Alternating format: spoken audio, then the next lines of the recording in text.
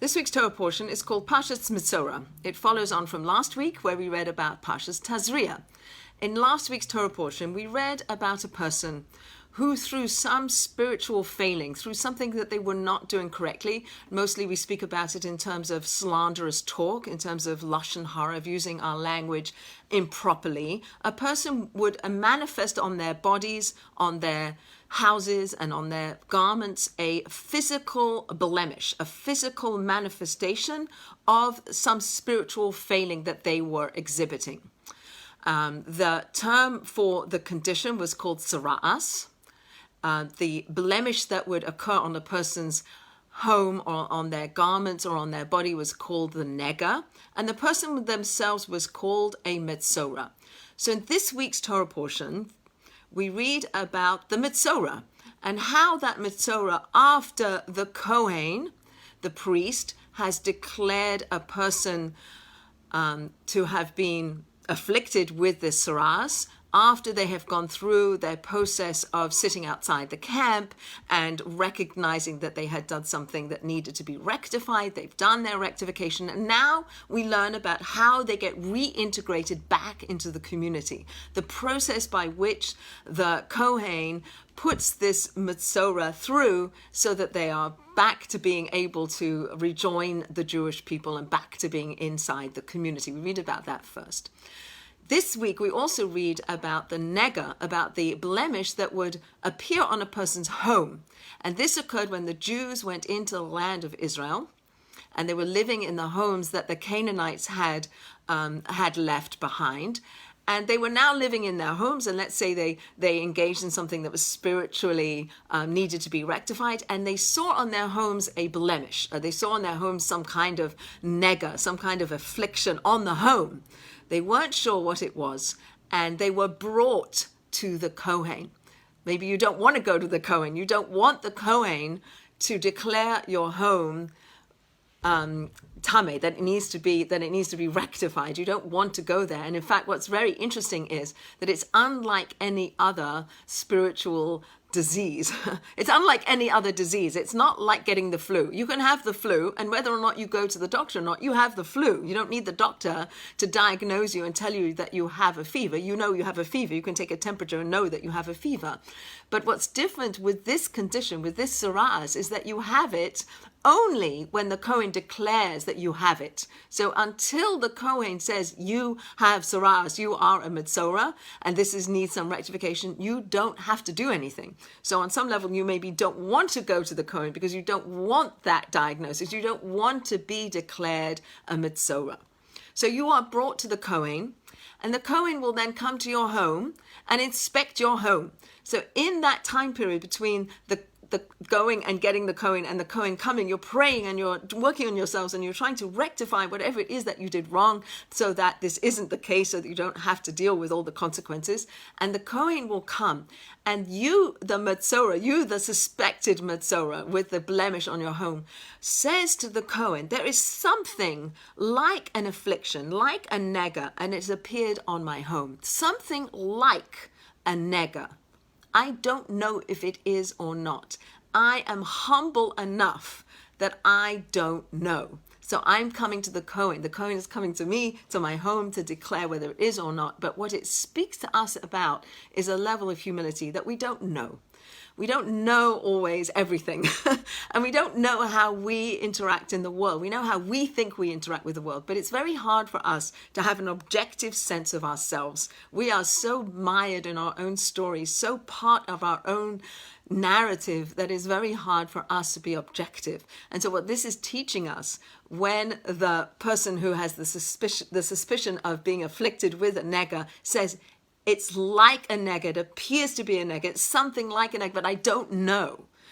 They are admitting that they don't know, and that's a lesson for us. We have to admit sometimes that we don't know. We have to take the advice of other people, that they give it to us, that we don't know everything. We can't be sure about anything, and having the input and the objective sense of another person giving us more of a dimension of how we are in the world is an important thing, and that's something we can learn from this. The other thing I want to pull out about this phrase that the person says to the priest when he says it's something like a nega, appears to me that it is, but I don't know for sure. So the first lesson is, I don't know everything and I need outside input to help me understand how I am in the world, number one. But number two is that if the Kohen is going to look at your home, and the Kohen will declare whether it's a nega or not. If it is a nega, there are certain steps that need to be taken. Perhaps it's a small amount of saras on your house, and you can remove those stones that have the blemish on them, or through various other different ways that it was, and it's quite complicated in the Torah, but you would have to demolish the house. But what is interesting to note is that the Canaanites, who were the previous owners of these homes, hid in the walls of their homes, they hid their gold. So the Jews living in the house who sees the nega, it looks like a nega. It looks like something negative. It looks like something that we don't want. And yet, after the Kohen has come and after he's declared you have to move the stones or you have to demolish the house, then it is revealed to us that we see the jewels, we see the gold, we see the treasure that's hidden behind the walls. And it's very complicated, and obviously we don't see the full picture. We might see the nega, we might see the affliction, we might feel the suffering. It's bitter, it's harsh, it feels like it's bad. And yet this message is saying that maybe behind the nega, behind the brick, there's gold, there's something valuable, there's something good, there's something that was going to be good for us to have. So it speaks about our perception. It looks like it's a nega. It looks like it's something that is going to cause me suffering. And yet in this case, the other side of the suffering is the gold, is the reward, is there something good. And sometimes we may see it in our lifetimes. Many times we don't. But the idea is at the end of the day, or the end of days, that there is something good on the other side. And I'm going to give two examples. One is this parable about a tapestry, that our lives in this world are on the back side of a tapestry. We live within the knots and the cut off ends and all the straggly pieces, and it looks like there's no order. It looks like, why did this get cut? Why did this get knotted? And we live in that gray backside of the tapestry.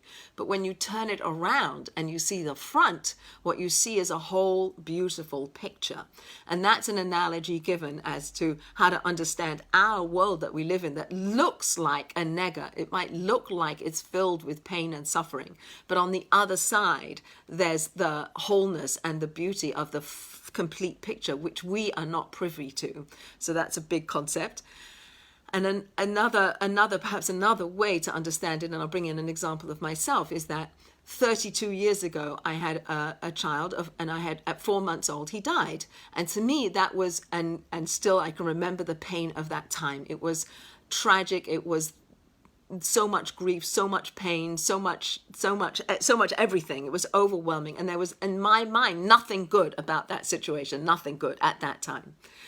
It's like, it looked like a nega. It felt like an affliction. It felt like I was being put through the ringer, right? And I'm 32 years later, and I personally can look back on that situation and say I was blessed to have that child. I was blessed to be his mother. I was blessed, and that I have grown and become the person I am because of that. And that would be one way of understanding this concept, that it looks like a nega, it looks like an affliction, it is bitter, it feels bitter. Losing a child is bitter.